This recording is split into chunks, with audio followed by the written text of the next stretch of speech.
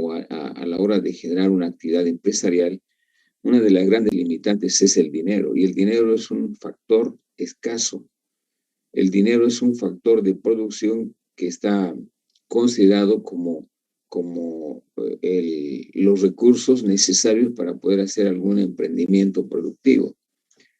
Sin embargo, cuando se quiere hacer empresa, las necesidades de organizar una empresa generalmente son más de lo que uno inicialmente proyecta. De ahí que las necesidades del empresario, de una persona normal, son ilimitadas. Entonces hay una incongruencia entre lo que yo cuento y lo que yo quisiera hacer.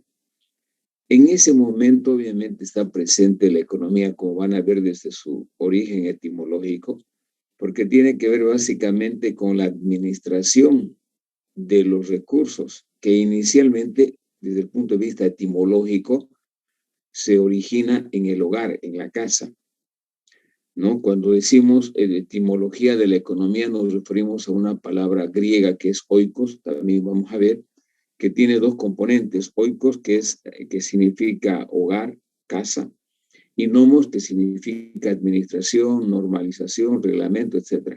Esto significa que a la hora, si juntamos estos dos términos, significa administración del hogar.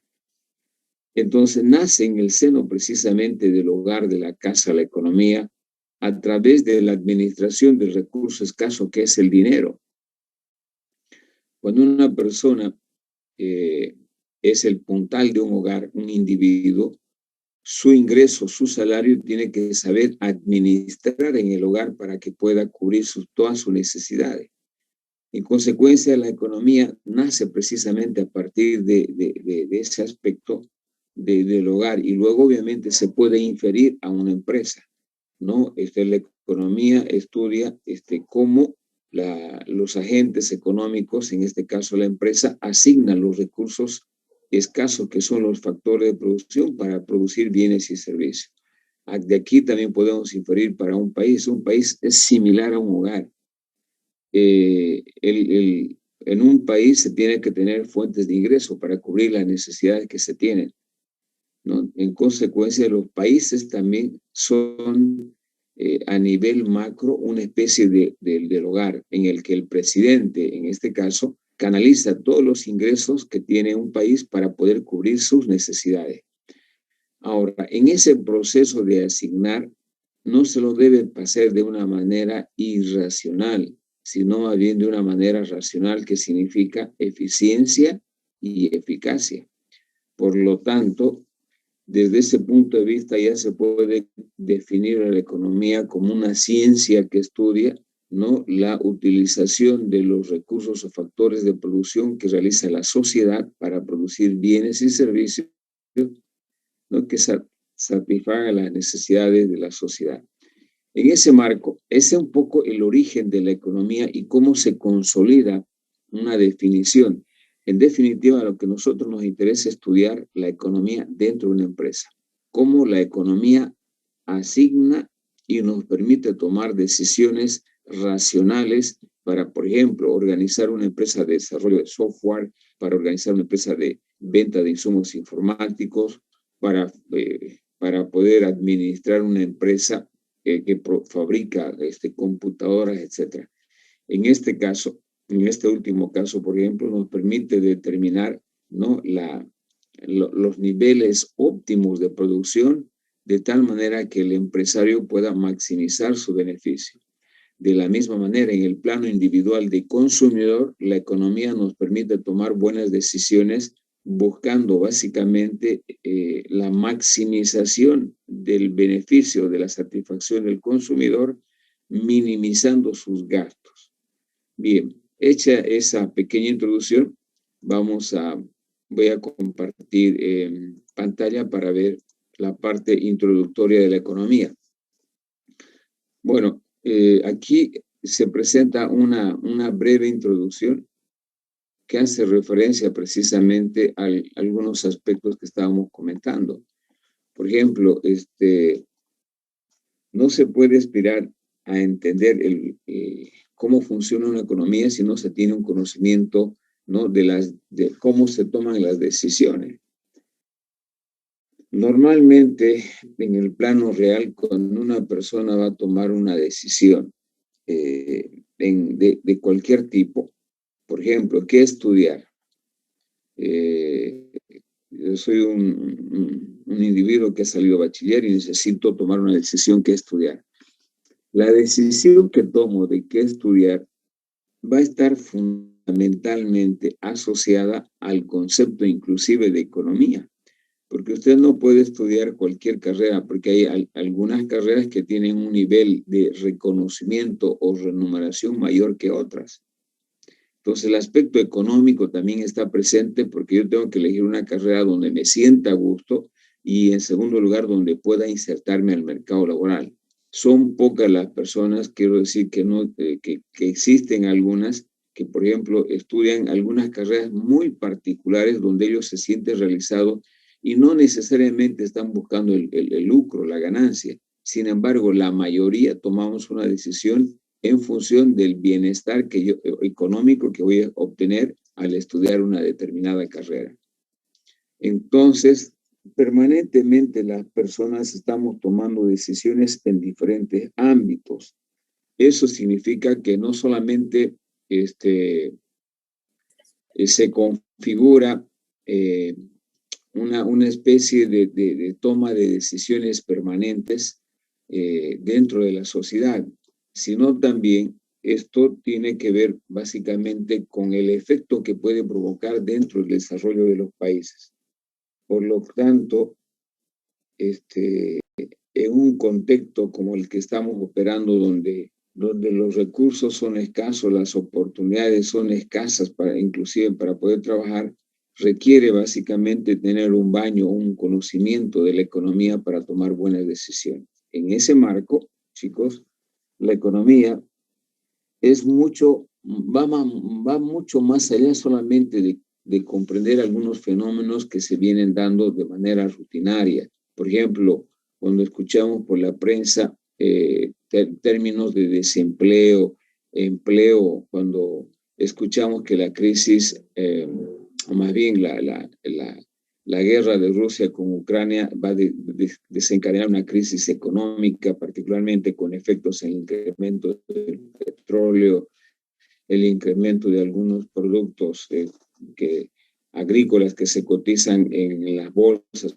como los commodities. Ahí estamos hablando del trigo, estamos hablando de la soya, de los cereales, de los granos particularmente, ¿no? Entonces, la economía va mucho más allá, inclusive de algunos aspectos en la que rutinariamente una persona está inmersa y que de alguna forma le influyen, como por ejemplo la inflación, la deflación, el tipo de cambio, que son parte obviamente de la economía, pero ya de una economía, en este caso, más especializada en términos básicamente de manejo de variables como es la macroeconomía.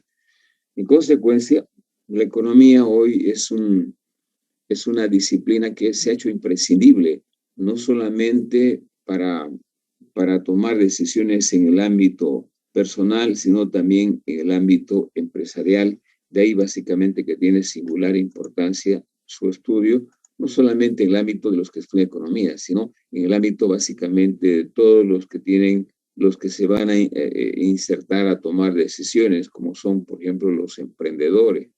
Un emprendedor en cualquier área de conocimiento, no solamente en el campo informático, sino en ingeniería, sabemos de que tiene limitaciones en el campo de la toma de decisiones empresariales, porque no es su área.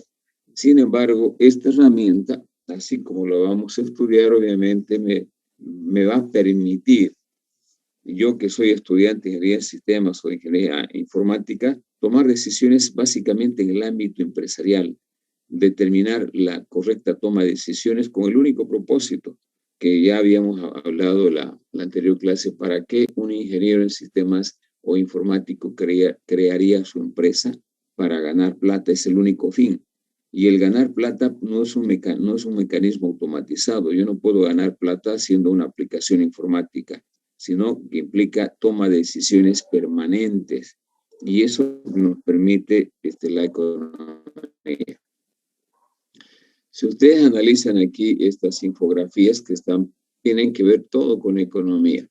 La primera, estamos hablando de desempleo, básicamente. El desempleo como una variable que particularmente al estamento o al segmento joven de la población actualmente está afectando. Ustedes saben bien que el desempleo es alto en nuestro país, la economía no crece al mismo ritmo que el crecimiento de la población.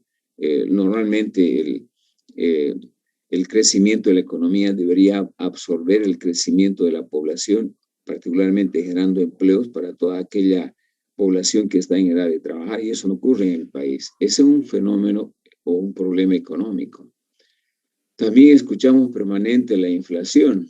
Si ustedes se fijan, la inflación implica un fenómeno de incremento o que los precios de los bienes, utilizando este término, se inflan. Cuando los precios de los bienes se inflan, significa que existe un incremento sostenido en el nivel general de precios, lo que provoca este fenómeno de la inflación. O la crisis, ¿no? Cuando se generan crisis, también se están generando problemas económicos, como la crisis del año 2018, donde obviamente se tuvo una crisis financiera mundial. O finalmente la devaluación. Ustedes ven aquí en esta imagen, déjenme activar mi puntero. En esta imagen se puede ver dos símbolos de una moneda grande y pequeña. Y no es porque sean, quería yo aquí graficar dos tamaños simplemente por presentar, no, tiene un significado. La devaluación significa que el valor de una moneda que era grande se convierte en pequeño cuando hay devaluación.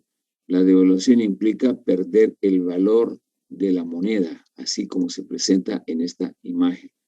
En consecuencia, esto es el ámbito general del estudio de la economía. Sin embargo, como van a ver ustedes, nosotros vamos a delimitar el estudio de la economía no en un ámbito general, sino en un ámbito específico, referido básicamente a la empresa. En ese ámbito, lo que se quiere básicamente es que si hablamos de propósito que tiene la economía, podemos decir de que es aquel que permite que los países, a las empresas y las personas utilicen los recursos, en este caso escasos, que es el dinero, el tiempo, las materias primas, de una manera racional, de una manera eficiente y eficaz para mejorar la calidad de vida de la sociedad. Eso es lo que busca, en definitiva, la economía. Y nosotros precisamente vamos a estudiar ese aspecto, el que está relacionado fundamentalmente a la empresa. Esto es lo que nos interesa. Déjeme cambiar de color. Nosotros vamos a estudiar el propósito que tiene una empresa a la hora de producir bienes o servicios, hardware o software, y cómo debe utilizar los recursos, porque aquí dice que debe utilizar de una manera racional. Entonces, ¿cómo se toman decisiones racionales en una empresa para poder producir? ¿No? ¿Para producir qué? ¿Bienes o para producir servicios? Obviamente enfocados al mercado donde están los que necesitan los bienes y servicios. Bien, entonces es el desafío que tenemos de estudiar. Si buscamos el origen etimológico de la palabra economía, vamos a encontrar su origen en dos voces griegas. ¿Sí? Inicialmente economía en griego significaría oikonomos. Si descomponemos este término, déjeme cambiar por mi puntero.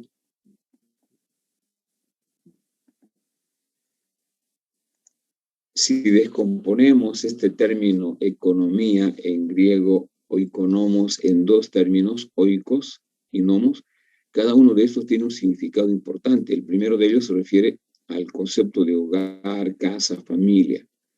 Y nomos significa administración, gobierno, ley, reglamento, normas para poder administrar los recursos del hogar. En ese ámbito, la palabra entera, utilizando estos dos términos, sería oikonomos, administración del hogar. Entonces, nace la economía. Estamos hablando del siglo XVII, donde empieza a surgir la economía con este enfoque.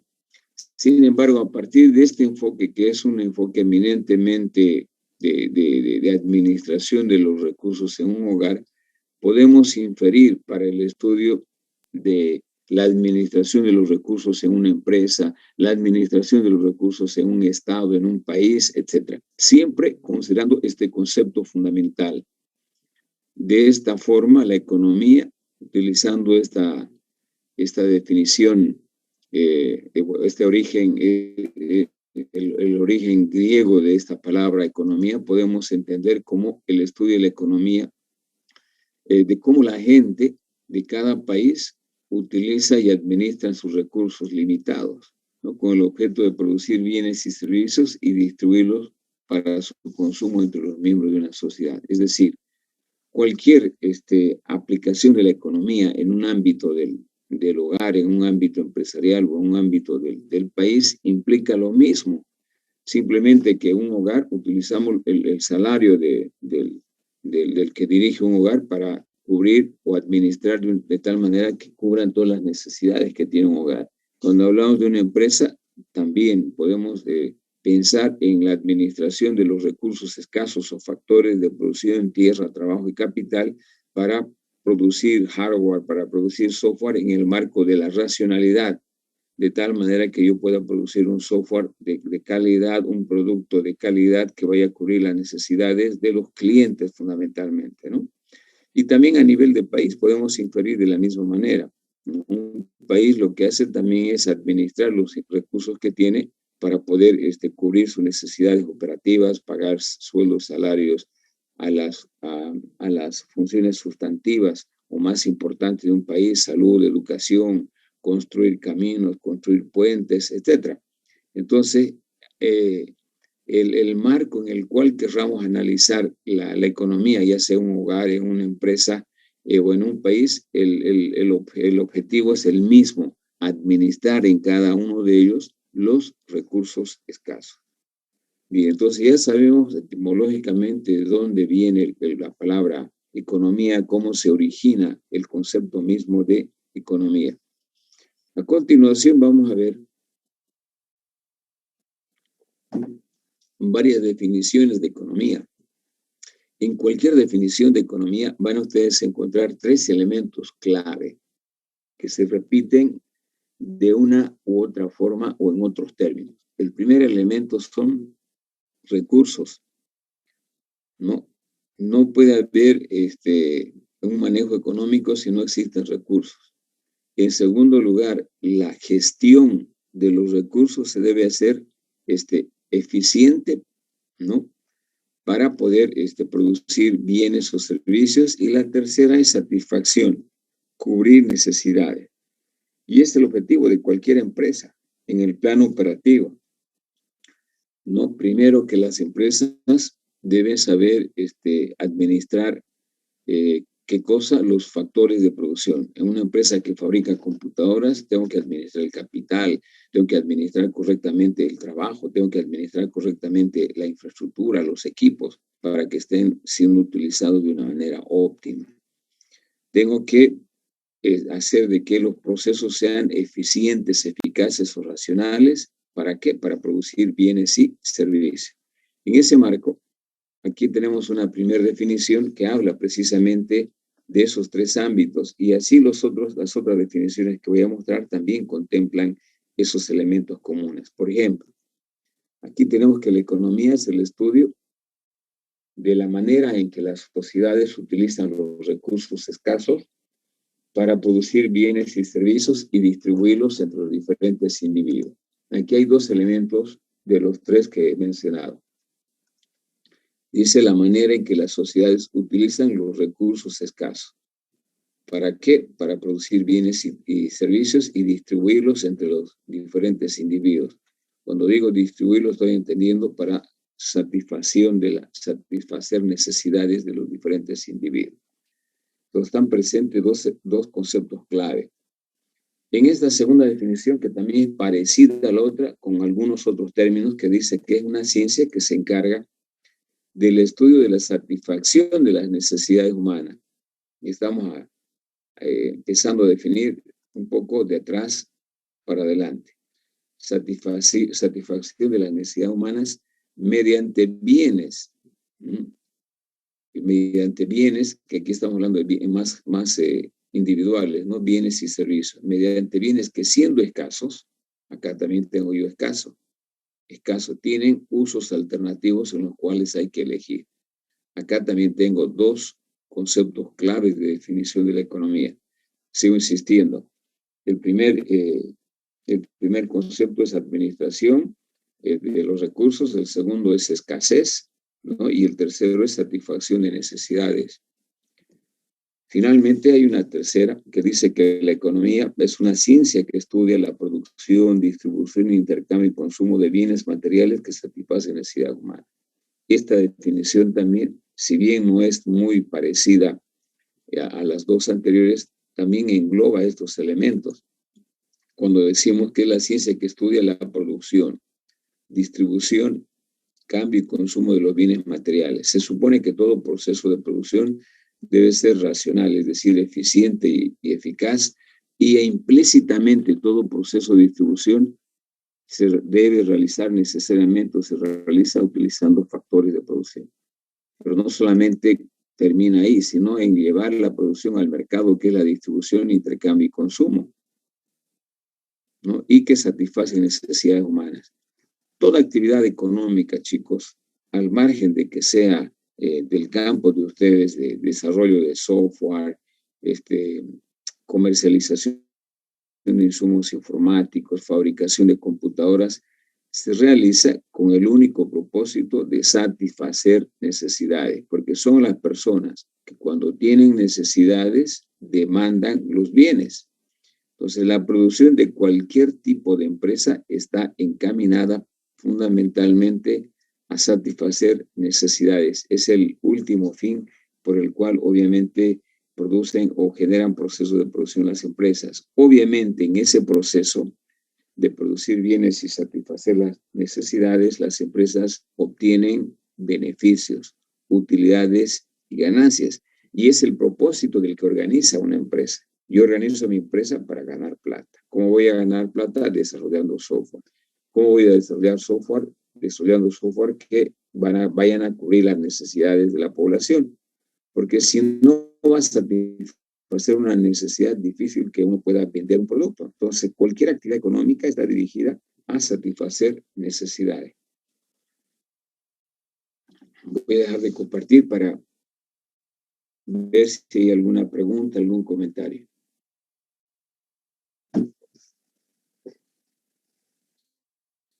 ¿Hay alguna pregunta, algún comentario?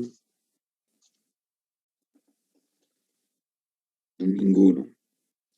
Seguimos entonces.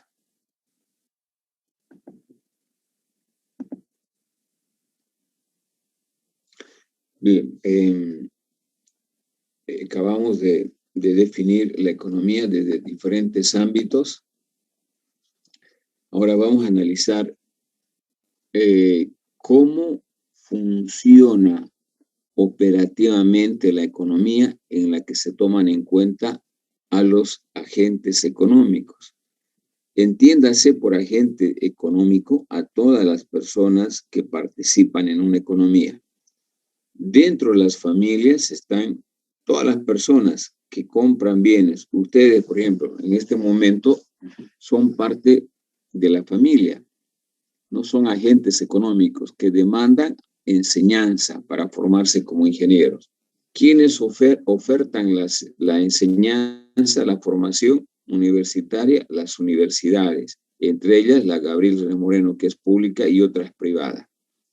¿Quién está regulando, controlando o cubriendo necesidades en la economía? Es el Estado. En el caso del ejemplo que estoy manejando, estudiantes de ingeniería en sistemas forman parte de una familia, ellos son los que demandan, compran, demandan o adquieren aprendizaje para ser ingeniero. ¿Quién ofrece? Las empresas, que son universidades. ¿Quién está regulando el funcionamiento de la educación? El Estado. Es decir, no solamente regulando o controlando, sino abasteciendo de recursos a las universidades para que puedan operar, otorgando subsidios o becas a los estudiantes, etc. En ese marco, no hay en una economía o en cualquier economía del mundo más que estos tres agentes económicos. Si hablamos de una economía, por ejemplo, que es algo diferente a la nuestra, la economía cubana, la economía norcoreana, que son los últimos bastiones de una economía que se le llama socialista. En cambio, la nuestra es más, está enmarcado en el tipo de economía capitalista, que representa casi el 98% de las economías del mundo. Digo de una manera más clara, el 98% de las economías tienen el carácter capitalista, funcionan de una manera libre en la que cualquier empresa puede organizar su actividad económica, en la que las familias pueden ir a comprar a cualquier empresa que quieran, etcétera. Cosa que no existe en una forma de organización económica planificada, ¿no? Donde existe una sola empresa que produce bienes y servicios que es del Estado. Incluyendo esa forma de organización, van a existir siempre tres agentes económicos. Estos son los que se mueven permanentemente para que funcione una economía. A estas familias que son los demandantes, las empresas que son los ofertantes y el Estado que es el agente regulador, controlador o árbitro, si ustedes quieren, son los que toman decisiones permanentes en el funcionamiento de la economía. Y precisamente cuando representamos el funcionamiento de la economía, cómo funciona, cómo opera, a eso se le llama flujo circular de la economía, porque su funcionamiento es sistémico, de manera circular. Vamos a ver en el siguiente gráfico, opera de esta manera. Por eso se le llama flujo circular de la economía y que muestra operativamente cómo funciona una economía en la vida real, en la que ustedes se van a ver, en la que se van a ver las empresas, el Estado, etc. Y precisamente a través del flujo circular de la economía se resuelven estos tres problemas económicos fundamentales que se presentan en toda actividad, inclusive en actividades que uno menos piensa. ¿Qué, cómo, para quién? Ejemplo, voy a buscar una actividad que está fuera de la economía. Soy bachiller y quiero estudiar en la universidad. ¿Qué debo estudiar? ¿Cómo se estudia la carrera elegida? ¿Para quién voy a estudiar? Obviamente estas preguntas están dirigidas más para el funcionamiento de economía de una empresa. Quiero hacer una empresa. ¿En qué actividad? ¿Cómo voy a desarrollar mi actividad? ¿Para quién voy a producir los bienes y servicios? ¿No? En consecuencia, lo que hace la economía básicamente cuando está funcionando es precisamente dar respuesta a estas tres preguntas que se llaman los problemas fundamentales de la economía. En ese ámbito vamos a ver cómo funcionan los agentes económicos. Inicialmente vamos a ver a dos agentes económicos, que son las familias, por un lado, y por otro lado, las empresas. Estos dos agentes económicos operan o toman decisiones permanentes, porque la economía es el estudio y la toma de decisiones. Por ejemplo, en las familias estamos presentes, están ustedes, y cuando ustedes se formen como ingenieros, pueden hacer empresa y van a estar en lugar de las empresas. ¿Cómo funciona este flujo circular? Primero que habitualmente nosotros, ustedes, las familias, demandamos, compramos bienes y servicios. A ver, habitualmente, ¿qué compramos? Alimentos, vestimenta, demandamos casa, demandamos vehículos, demandamos computadoras, demandamos muebles, en fin, una serie de bienes de manera diaria o a veces en otros periodos. Bien, ¿qué hacen las empresas? ¿Cuál es el fin de las empresas? Producir bienes y servicios, ¿no? Que requieren las familias, que demandan las sociedades. Y para ello, obviamente, se tiene que dar una interacción entre estos dos agentes económicos. Y la interacción se realiza en los mercados.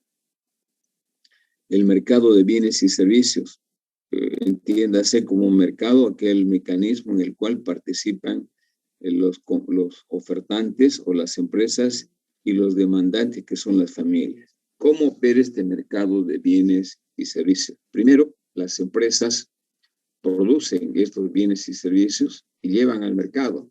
Eso se llama ofertar bienes y servicios.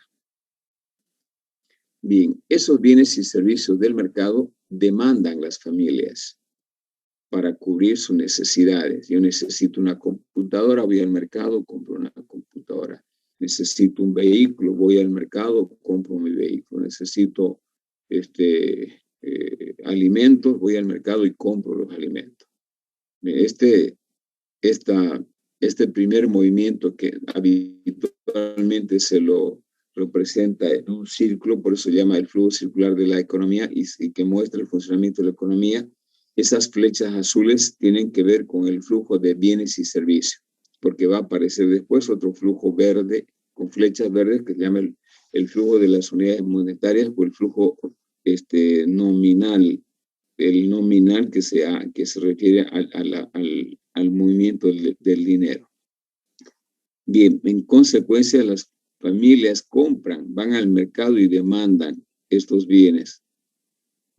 Computadoras, vehículos, alimentos, luz, agua, etc.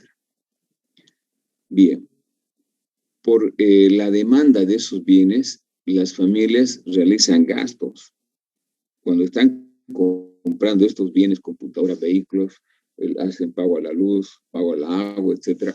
Lo que están realizando son gastos, ¿no? Esos gastos, obviamente, llegan en definitiva a la empresa, de manera, ya no como gastos, obviamente, sino como ingresos.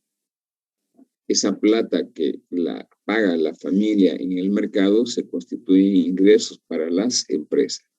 Entonces, ahí termina el primer flujo, la relación del funcionamiento. Así funciona el mercado, esto es permanente, ¿sí?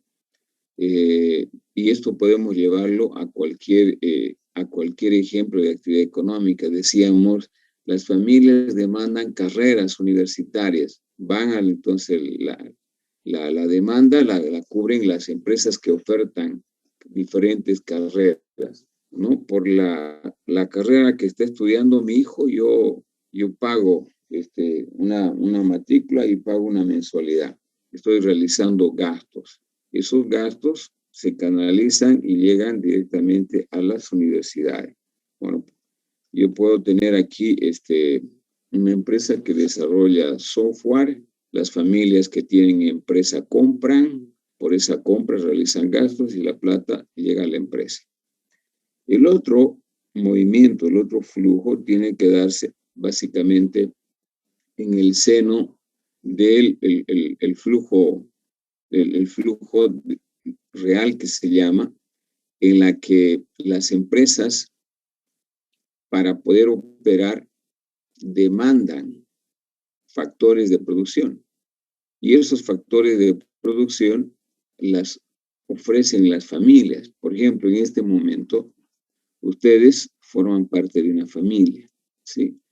Y son las familias son los que hacen estudiar a sus hijos para ingenieros, para administradores, para abogados. Pero también las familias son las que tienen propiedades, tienen terrenos, son las familias que ahorran en los bancos, que van al ahorro o que van al banco y dejan sus ahorros, y esa plata obviamente las canalizan los bancos a las empresas. En fin, las familias son los poseedores, como dice ahí en la presentación, de los diferentes factores de producción que se utilizan en una empresa. ¿Cuáles son? Tierra, trabajo, capital. ¿Quiénes demandan esos factores de producción o quienes contratan? Son las empresas. ¿Dónde? En el mercado de factores de producción. Aquí tienen el mercado de factores de producción. o sea, el mercado de tierra, trabajo y capital. Ejemplo, la familia X forma a su hijo como ingeniero en sistema y ofrece sus conocimientos en el mercado de factores de producción. Hay una empresa que requiere un ingeniero en sistema, le contrata, al contratar está demandando factores de producción. Lo mismo podemos decir, las familias ahorran. ¿Dónde ahorran? En el mercado de factores, en los bancos. De los bancos, las empresas se prestan plata. Otro ejemplo, las familias son dueñas de tierra, de terrenos. Los ofrecen sus tierras para aquellas empresas que quieren comprar para instalarse. ¿Sí? Bien, es una parte del flujo de bienes y servicios. Y el flujo de unidades monetarias, el flujo real de dinero, está representado por estas flechas verdes. Por ejemplo, por el uso de los factores de producción, por contratar gente, por prestarme plata, por comprar terrenos, yo voy a realizar gastos, ¿no? En algunos casos inversiones o gastos, y esos están representados, por ejemplo, por el pago del trabajo a través del salario, por el pago por el uso del capital a través de los intereses y por el pago del uso del dinero a través de la renta. Esos son, en este caso, los gastos que realiza la empresa y que esos gastos se constituyen en ingresos para las familias. Por ejemplo, ingresos por sueldos, ingresos por intereses de la plata que deposité en el banco, ingresos por rentas, por alquiler o venta de la tierra. En consecuencia, esto representa fundamentalmente, ¿no?, el funcionamiento desde el punto de vista del mercado de factores de producción. Por lo tanto, en una economía, como han visto, hay dos mercados: el mercado de bienes y servicios y el mercado de factores de producción. Esta es una imagen, esta es una fotografía en la que absolutamente todos nos vemos y nos falta el tercer agente. El tercer agente, vamos a completar esta imagen, es el Estado. Ya vimos anteriormente el funcionamiento del mercado de bienes, ahora estamos incluyendo aquí el Estado. Muy bien. ¿Qué función cumple el Estado? Decíamos, una función de árbitro. En una economía como la que tenemos, que es una economía de mercado, ¿no?, donde no participa el Estado, solamente hace de árbitro, cumple dos funciones fundamentales.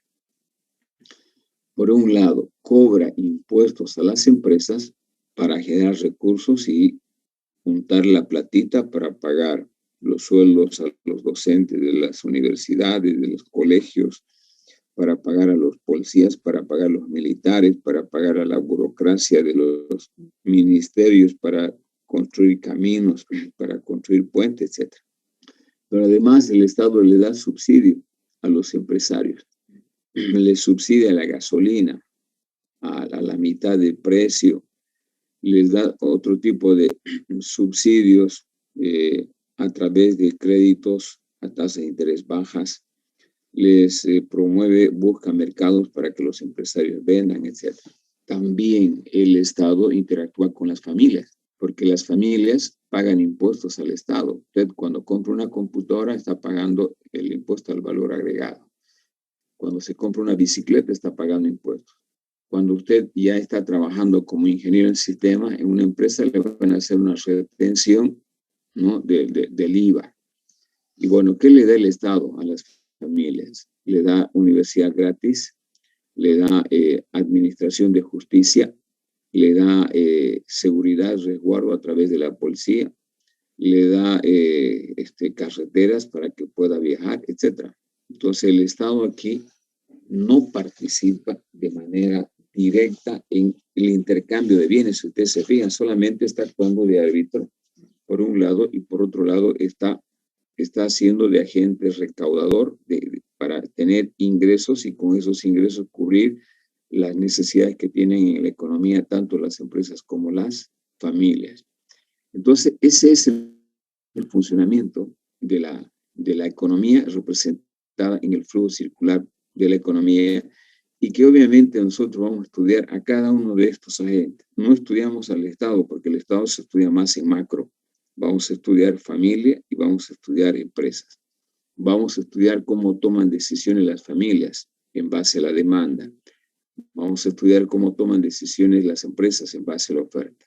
Cómo se ponen de acuerdo para intercambiar computadoras, hardware, software, ¿no? ¿Qué criterios se utilizan para interactuar? En estos mercados operan estas familias en base a un sistema de precio.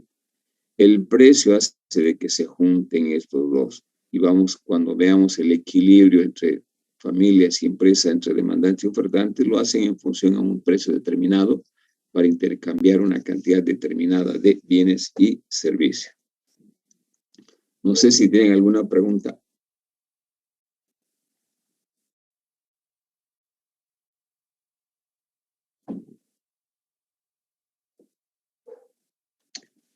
Una pregunta. Adelante. ¿Ese precio determinado dónde surge? Bueno, el precio determinado generalmente se determina en el mercado, ¿no? En el mercado, dependiendo, si hablamos de bienes, en el mercado de bienes y servicios. Ejemplo, cuando usted va al mercado, quiere comprar una computadora, va al mercado del Chiriguano. Es un mercado. Un mercado se puede definir hoy como aquel mecanismo en el cual interactúan los demandantes y los ofertantes, dicho de manera, las empresas y las familias, ¿no? Aunque también hoy el mercado también se puede definir como un mecanismo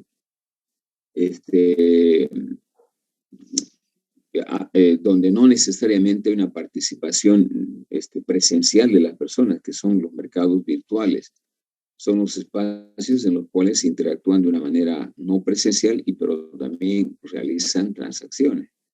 Sin embargo, manteniendo el enfoque clásico del lugar geográfico, usted va al Chiriguano, quiere comprar una computadora. No va y la primera computadora que ve la compra. ¿Cuál es el mecanismo generalmente? Cuando hablamos de una computadora estamos hablando de cerca de $1,000. Lo que yo hago es primero cotizar en función de las características que tiene, que deseo de que va a ser mi computadora. Entonces pregunto en el negocio A, pregunto en el negocio B, pregunto en el negocio C. Una vez que ya tengo los precios referenciales, trato de que ese precio sea menor, ¿no? Raro es la persona que va y pregunta cuánto cuesta esta computadora, qué características tiene, son las que a mí me interesan. ¿Cuánto cuesta? 1,000, ya tome los 1,000. No, no es así. El proceso de regateo se ha hecho una costumbre y es el mecanismo de un mercado de competencia donde voy y hago una oferta por el producto. Cuando escucha el precio ofertado, el vendedor, si le conviene, dice bueno, si no le conviene, dice no. Entonces, de esa manera se determina el precio a través de la acción, de la acción permanente entre comprador y vendedor. En consecuencia, cuando el vendedor y el comprador se ponen de acuerdo con un precio, a eso se denomina en economía el precio de equilibrio para realizar una determinada transacción. De la misma manera, en el mercado de factor de producción se determina el precio de equilibrio, no es que funcione de una manera automática. Yo soy ingeniero en sistema, estoy en el mercado de factor de producción. El mercado de factores de producción hipotéticamente puede constituir, qué sé yo, la universidad. En otras latitudes, en otros países, los requerimientos de ingenieros llegan a las facultades correspondientes, o pueden ser el periódico, o pueden ser, hoy el gobierno inclusive ha creado una página, ¿no?, donde ofrece empleo, etc. Esos son los mercados de factores de producción. Entonces, cuando hay un requerimiento o alguna empresa demanda, ¿no?, dice, necesito un ingeniero en sistemas que tenga estas habilidades, además que conozca ciertos idiomas y que esté dispuesto a trabajar en un ambiente exigente. Bueno, se escuchan sus pretensiones salariales. Yo tengo ese perfil, mando y digo, quiero ganar $5,000. No voy a pagar $5,000 el empresario, ¿no? Posiblemente me ofrezca algo más de un mínimo salarial. Si el mínimo salarial es 2,150, me va a ofrecer 3,000 pesos. Y eso le estoy comentando en la vida real, ¿no? Entonces, el precio inclusive del trabajo de los factores de producción se determinan en función a la oferta y a la demanda. Si le conviene en este caso a usted, que es como ingeniero del sistema, esos 3.000, dirá sí, si no, no, rechaza y va a buscar otra oferta. Entonces aquí hay un permanente contacto entre ofertante y demandante hasta que se determine el precio ideal. Posiblemente usted deseche esa oportunidad de 3.000 bolivianos y busque otra en la cual le puedan pagar 5.000, ahí estará de acuerdo. Entonces, eso es una determinación del precio de manera libre, nadie interviene. Ahí no interviene el alcalde, el prefecto, el gobierno. Es una acción de amplia libertad. Por eso se dice que el mercado de competencia es un mercado en el cual existe perfecta movilidad de los factores de producción. El precio se determina en función a la oferta y la demanda. No existen barreras para que usted pueda elegir entrar a una empresa o salir cuando quiere renuncia. Nadie le mete a la cárcel porque usted va a renunciar a un trabajo. Lo mismo una empresa puede entrar al mercado y cuando quiere salirse del mercado. Y lo más importante, que el precio se determine en función a la oferta y a la demanda. Entonces, son algunos aspectos, ¿no? Son mucho más, por ejemplo, hay una amplia información acerca de los productos. Usted sabe qué producto está en liquidación, dónde encontrar, etcétera, etcétera. Entonces, es el mercado precisamente que vamos a estudiar y por eso lo hemos visto, el flujo circular, donde hay una interacción permanente. Esa es la forma de determinación del precio en un mercado de competencia. Y precisamente en ese mercado de competencia, chicos, y ya en el plano empresarial, las únicas que pueden competir son aquellas empresas que son eficientes y eficaces, es decir, que generan procesos de producción racionales, ¿no? Donde van a tener el proceso de producción racional o eficiente y eficaz significa que los precios son bajos, o sea, minimizan costos para poder competir. De lo contrario, si tuviesen costos altos y no aplicaran la economía bajo el enfoque racionalista, obviamente no venden sus productos fácilmente. Entonces, esa es la razón por la cual se aplica la economía desde el mismo concepto, ¿no? Utilización de los factores de producción de una manera racional para poder producir bienes y servicios que satisfagan necesidades de la sociedad o de las personas. No sé si contesté su pregunta. Sí, gracias. ¿Algo más, chicos? Buenas tardes, ingeniero. Quisiera preguntar algo. Adelante, Robert. Usted dijo que las empresas pagan un impuesto al gobierno. Yo quería saber, digamos, si todas las empresas pagan la misma cantidad de impuestos o algunas empresas, por ser empresas pequeñas, por ejemplo, pagan menos, digamos. Buena pregunta. Bien, es interesante, ¿no? Cuando ustedes hacen preguntas, la clase se hace más amena y no rutinaria, porque si no preguntan, van a escuchar a mí hablar y hablar. Nos han hecho dos preguntas, Carvajal y Navarro. A ver, Carvajal, el sistema impositivo en Bolivia es diferenciado, ¿no? Hay el sistema de grandes contribuyentes, que está clasificado de acuerdo al monto de capital que se maneja, y hay el régimen simplificado. Las empresas que están dentro del régimen general tributan, pagan impuestos basados fundamentalmente en el IVA, ¿no? 13% de IVA y 3% del impuesto a las transacciones financieras. Emiten factura y están dentro de un sistema informatizado de control tributario. En cambio, las empresas que están dentro del régimen simplificado hacen un pago trimestral, un monto determinado de acuerdo al capital que tienen. Entonces, la parte impositiva no es la misma para cada empresa, tomando en cuenta básicamente como referencia el monto del capital con el que están operando. Y es lógico, pues, ¿no? La parte impositiva debe ser siempre diferenciada. Por ejemplo, no es lo mismo una fábrica de computadoras con una persona que está vendiendo pastillas ahí en las calles, ¿no? Entonces, ese, por ejemplo, el que tiene un negocio, una microempresa, está dentro del régimen simplificado. En cambio, usted que va a tener una empresa que va a desarrollar software, va a estar dentro del régimen salarial y va a tener que pagar el IVA 13% y las transacciones del 3%. Ahora, estos impuestos también se pueden aminorar. Por ejemplo, el pago del 13% del impuesto al valor agregado, usted puede disminuir o neutralizar con los créditos que usted tenga. Por ejemplo, si usted desarrolla software, cuando compra insumos o cuando compra equipos, tiene un crédito fiscal porque le dan factura. Entonces puede compensar con ese crédito fiscal su débito fiscal. Si bien no va a neutralizar totalmente, pero puede aminorar sus pagos que va a realizar.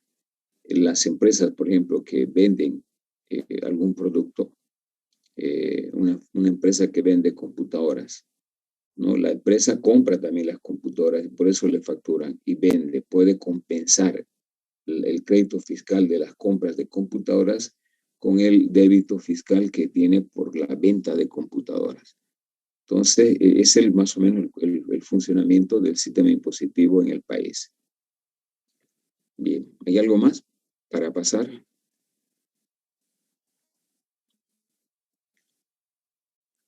Ingeniero, buenas tardes. Vamos, Hablando Maldonado. de facturas, tengo un pariente lejano que recientemente se sacó un NIC para facturar, pero hasta el momento creo que ya va varios años que no emite factura. ¿Eso es posible? ¿Tener NIC y no facturar? Sí, pero tiene que presentar sin movimiento. Claro, si no. Si él tiene un negocio y vende y no factura, obviamente le van a penalizar. Ahora, si tiene un negocio y no ha tenido movimientos, puede él descargarse de presentar los formularios sin movimiento. Eso es posible, ¿no? Pero si yo vendo y no estoy facturando, obviamente eso es evasión, que en cualquier momento. El problema es de que cuando yo abro mi negocio, abro a mi nombre, ¿no?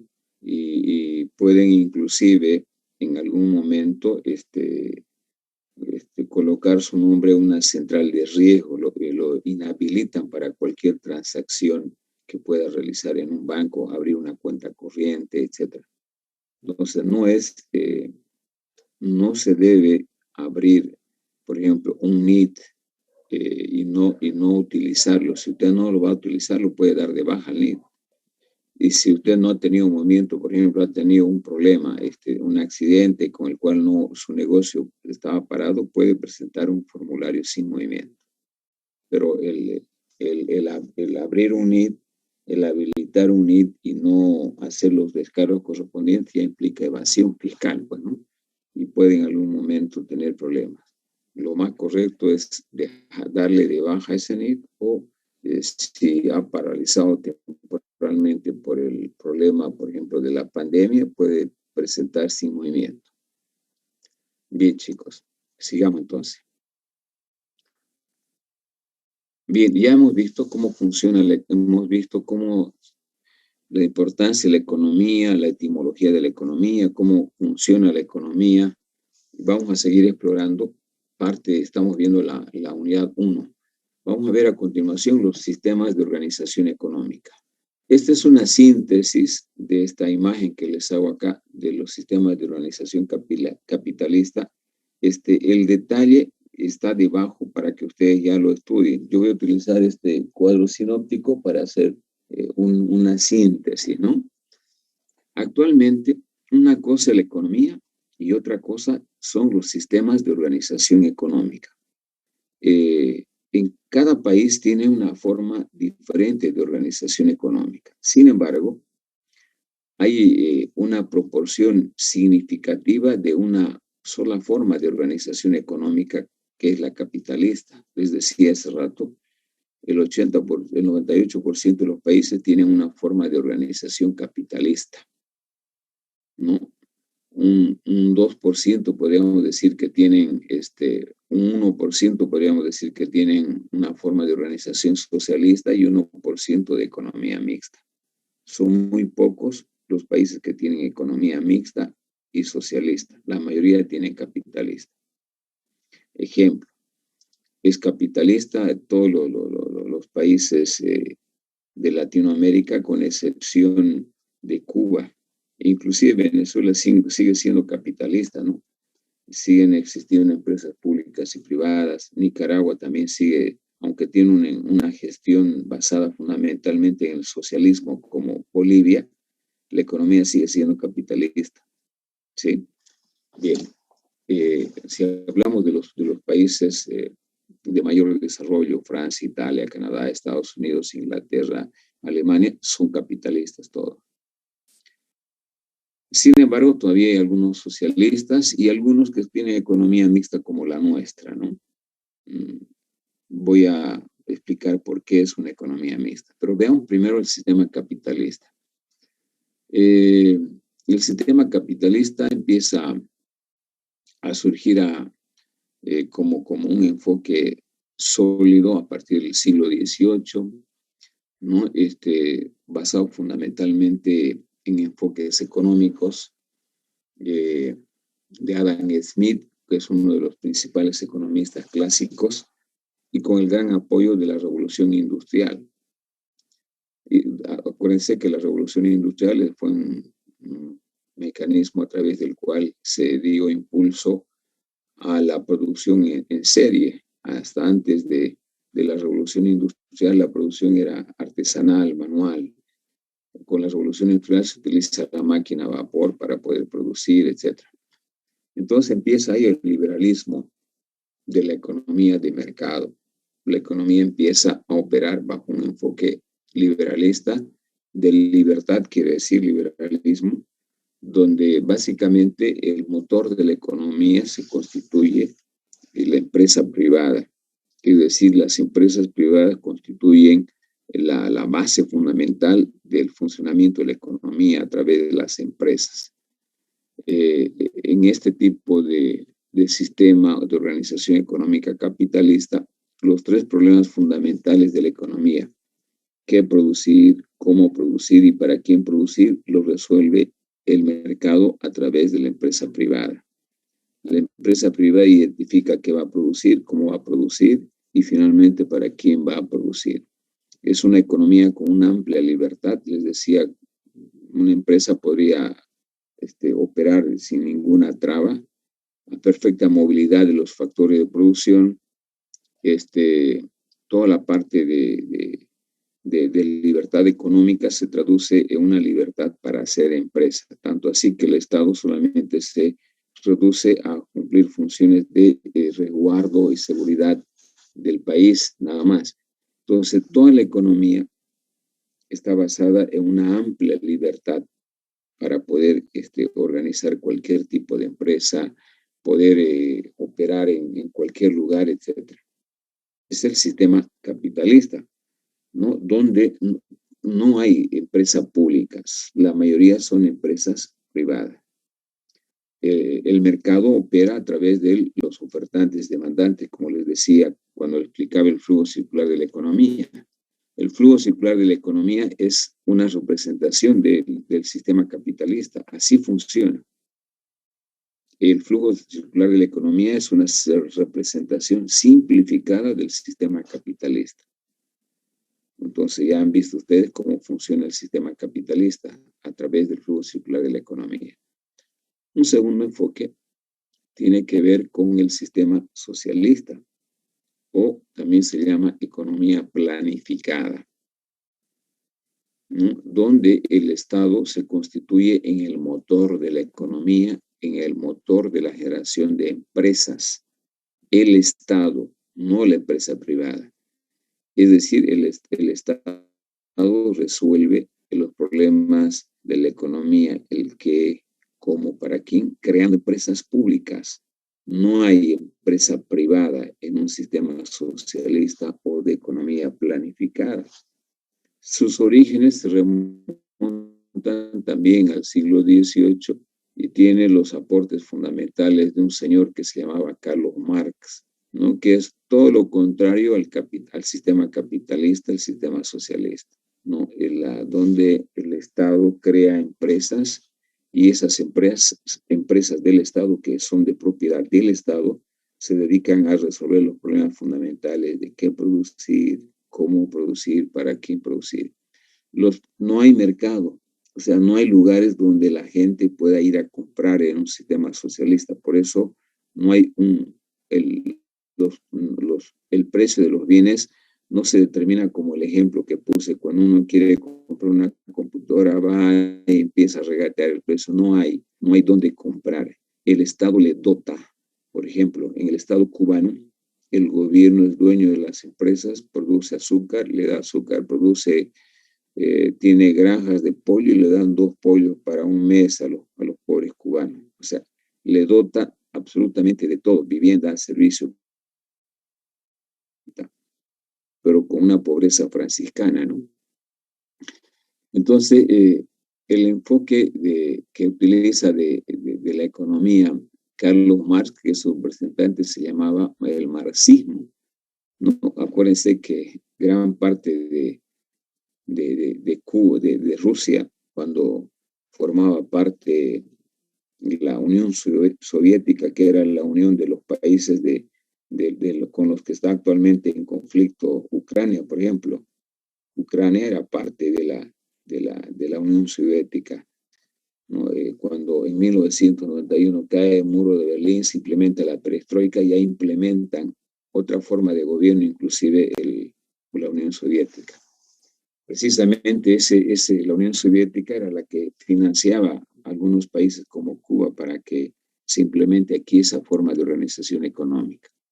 Entonces, es una economía en la que no hay mercados, los precios no se determinan a través de la oferta y la demanda, porque no hay empresas, no hay privadas, no hay mercados. Los bienes los dota el Estado, ¿sí? Entonces, quien toma todas las decisiones es el Estado. Y tenemos una tercera, que es el sistema de economía mixta.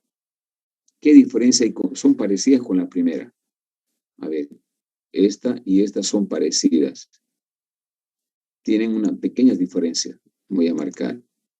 Estos dos son muy parecidos. Aquí, los problemas fundamentales de la economía las resuelve las empresas públicas y las empresas privadas. ¿Por qué se dice economía mixta? Porque aquí, en una economía mixta como la boliviana, existen empresas privadas y existen empresas públicas. Entonces, la economía es jalada tanto por empresas públicas como por empresas privadas. Desde el año 2005, con la venida de este gobierno, se han implementado procesos de nacionalización, ¿no? Y de construcción u organización de empresas públicas. Estamos hablando de la fábrica de Uria, estamos hablando de empresas de Enatex en La Paz, la fábrica de azúcar en San Buenaventura, Papel Bol, Cartón Bol, en fin. Son empresas que se han creado a través del gobierno y que operan igual que las empresas privadas, pero ya por eso se le dice mixta.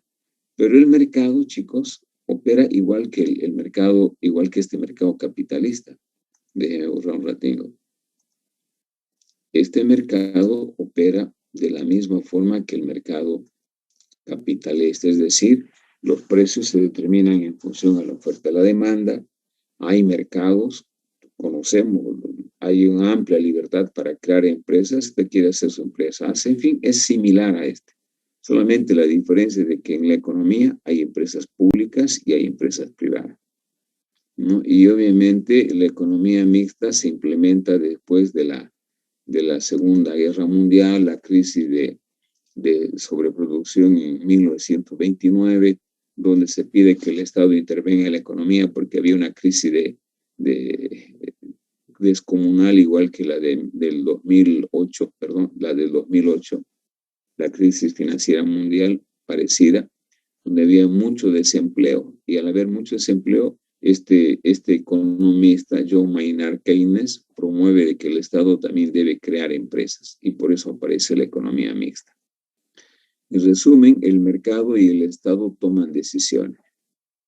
En el mercado van a encontrar empresas públicas y empresas privadas. Acuérdense que el país también producía a través de, que se llamaban las computadoras que teníamos, que se hablaban acá, ¿Alguien se acuerda? Quipus. Las ¿Las famosas quipus? quipus y también celulares quipus. Teníamos una fábrica, una planta ensambladora, no fábrica, ¿no? Una ensambladora que quebró, obviamente, competir con los chinos es humanamente imposible. Entonces, esa es una forma de organización de economía mixta, chicos, donde hay empresas públicas y privadas, pero el mercado funciona como este. Cualquiera puede ingresar, cualquiera puede salir, el precio se determina en función a la oferta y la demanda. La única diferencia es que hay presencia, básicamente, de empresas, aparte de las privadas, que compiten, obviamente, con las privadas, las empresas públicas. Bueno, ese cuento que acabo de hacerles van a encontrar aquí. Ustedes ya pueden leer el capitalismo, la economía del libre mercado, cómo funciona. Luego tenemos el mercado de la economía planificado socialista, ¿no? Y finalmente está el mercado de, bueno, esto no puedo dejar de pasar esto. Esto más o menos, la diferencia es para que tengan una idea entre un capitalismo, el que tiene plata se baña así, y en Cuba, aunque tenga usted, difícilmente va a tener plata, ¿no? No hay ricos, los únicos ricos son los militares y los que están de gobierno. En el socialismo tiene que bañarse con su tutuma, por si acaso. Es el socialismo. Y finalmente está la economía mixta, ¿no? Si bien no hay un equilibrio así como dice esta imagen, pero hay una proporción mayor de empresas privadas que las públicas, pero funcionan ambas y compiten ambas. Y que está aquí el resumen, el detalle de lo que les he comentado está aquí para que lo puedan leer. Bien, no sé si tienen alguna pregunta hasta aquí.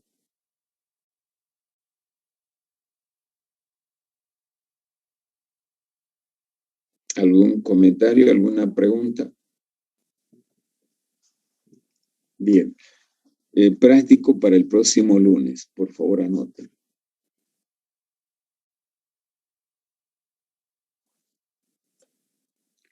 Ingeniero, Adelante, Hurtado Díaz.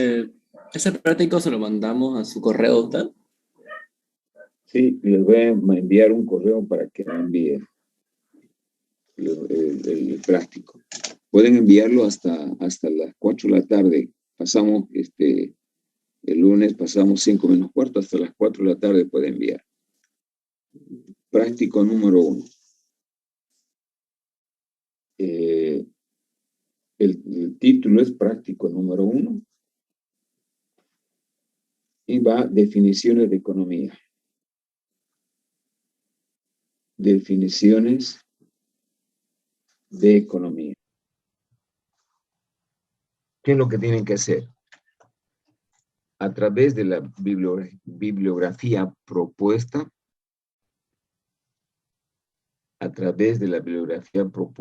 en el programa analítico, sistematizar 4 definiciones de economía. Sistematizar 4 definiciones de economía. ¿Les envié el programa analítico? No. Les he enviado, ¿no? Chicos, se los envié al grupo de WhatsApp, el programa analítico. No, ingeniero, no lo ha pasado. Te lo voy a mandar ahorita y ahí tienen varios libros. Ustedes entran a la web, buscan esos libros y sacan de cualquiera de los libros 4 definiciones. Segundo, identifican los elementos comunes o repetitivos en cada una de esas definiciones. Yo les he mostrado en las definiciones, en las 3 definiciones que hemos visto, que hay 3 elementos comunes. Primero son recursos escasos, ¿no? Recursos, están el primer elemento, recursos escasos, luego uso racional, y el tercer elemento, satisfacción de necesidades. Ustedes también tienen que encontrar cuáles son los elementos que se repiten implícitamente en cada definición. Muy bien. No sé si hay alguna pregunta acerca del práctico.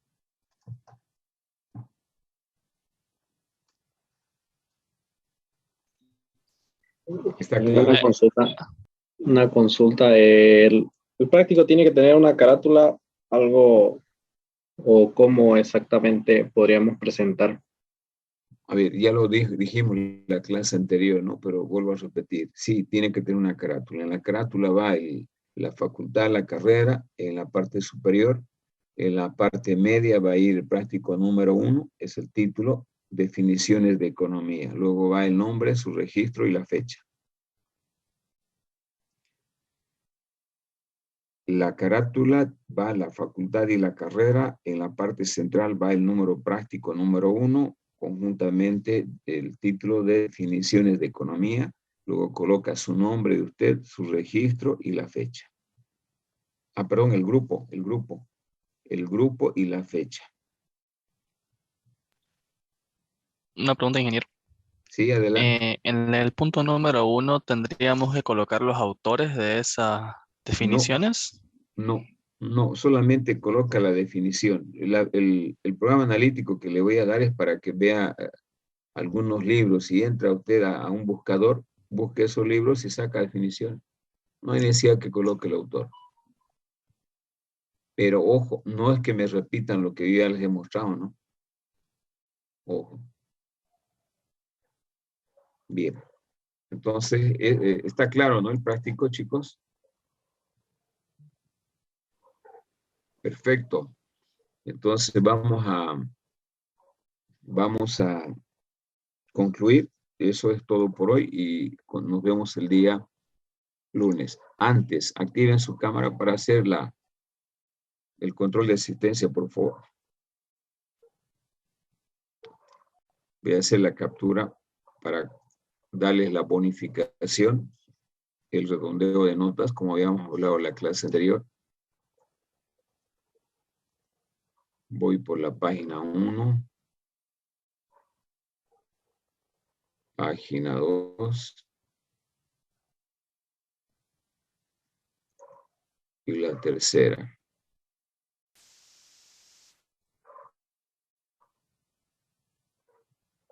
¿Listo? Entonces nos vemos el día lunes. Que tengan feliz fin de semana. Gracias, ingeniero. Hasta luego, que les vaya bien. Hasta luego. Hasta luego. Hasta luego.